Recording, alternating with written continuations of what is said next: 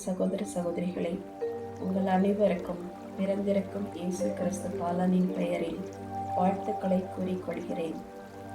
இன்றைய நாளில் நம் தாய் திருவையானது திருத்தூதரும் நற்செய்தியாளருமான புனித யோவானின் திருவிழாவை கொண்டாட அழைப்பு விடுக்கிறது. புனித யோவான் 4ஆம் நற்செய்தியையும் 3 திருமுகங்களையும் திருவழிபாட்டையும் எழுதியவர் என்று சொல்லப்படுகிறது. 12 திருத்தூதர்களில் எளியவரான இவர் செபதேயு மற்றும் சலோமி ஆகியோரின் மகனாவார். தூய ஆவியின் வழிநடத்துதலின் மூலம் இயேசுவை அவரது அன்பின் புரிந்து கொண்ட சீடராகவும் யோவான் திகழ்கிறார். புனித யோவானின் நற்செய்தி இயேசுவின் வாழ்வையும் பணியையும் விவரிப்பதில் தனித்தன்மை கொண்டது மற்றும் மிக ஆழ்ந்த இறையியல் கொண்ட தனிப்பண்புடையது. இயேசுவின் இதயத்திற்கு நெருக்கமானவராகவும் இயேசுவோடு முக்கியமான எல்லா நிகழ்விலும் புனித யோவான் உடன் இருந்தார்.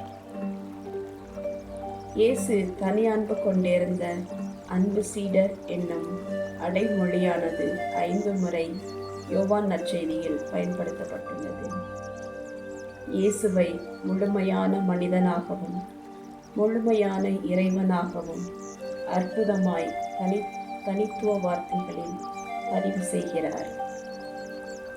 யோவான் நற்செய்தியை வாசிப்பவர்களின் இதயத்தை ஊடுருவி ஆன்மாவை தேற்றுகின்றது. கிறிஸ்தவர்கள் விசுவாசத்தில் ஆழமாய் ஊன்றுவதற்கு யோவான் நற்செய்தி மிக சிறந்தது. புனித யோவான் ஒருவர் மட்டுமே இயேசுவின் சிலுவை அடியில் நின்றவர். இயேசு புனித யோவானிடம் இதோ உன் தாய் என்று கூறியவுடன் அன்னை மரியாளை அவர் ஏற்றுக்கொண்டு தம் வீட்டில் ஆதரவு அளித்தார். இயேசு உயிர்த்த நாளன்று மகதல மரியா வந்து திருத்தூதர்களிடம் சொன்னவுடன் புனித யோவான் முதலில் ஓடி சென்று காலியான கல்லறையை கண்டார், நம்பினார். புனித யோவான் முதலில் திருமுழுக்கு அருளப்பரின் சீடராக இருந்தார். பின்னர் இயேசுவின் திருத்தூதராக இறுதி வரை இயேசுவுடன் பயணம் செய்தார். புனித யோவான் திருநாளில் அவருடைய ஆழ்ந்த இறை அனுபவ வாழ்வு முறையிலிருந்து நாம் சிந்தித்து வாழ்வாக்க வேண்டியவைகள். 1.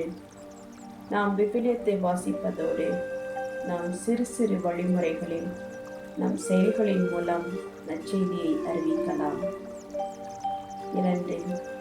அன்பின் நற்செய்தியாளர் நம்மையும் இயேசுவின் நெருங்கிய நண்பராக, இதயத்திற்கு நெருக்கமானவராக, எல்லா நேரங்களிலும் இயேசுவுடன் இருப்பவராக வாழ அழைப்பு விடுக்கிறார். இயேசுவுக்கு பிடித்தவராக நாம் வாழ்கிறோமா? 3. இயேசுவில் நம்பிக்கை கொள்ளும் அனைவரும் ஒருவருக்கொருவர் பொறுப்புள்ளவர்களாகவும் அன்பும் கரிசனையும் காட்டுபவர்களாகவும் இருக்க வேண்டும். நாம் அவ்வாறு வாழ்கிறோமா? 4. நம்மையும் இறைவன் அழைத்திருக்கிறார். நாம் வாழும் இறை அழைத்தல் வாழ்வில் விசுவாசமாக வாழ்கிறோமா? புனித யோவான் தன்னை முழுமையாக அர்ப்பணித்தது போல நாமும் முழு அர்ப்பணத்தில் வாழ நமக்கு அழைப்பு விடுக்கிறார்.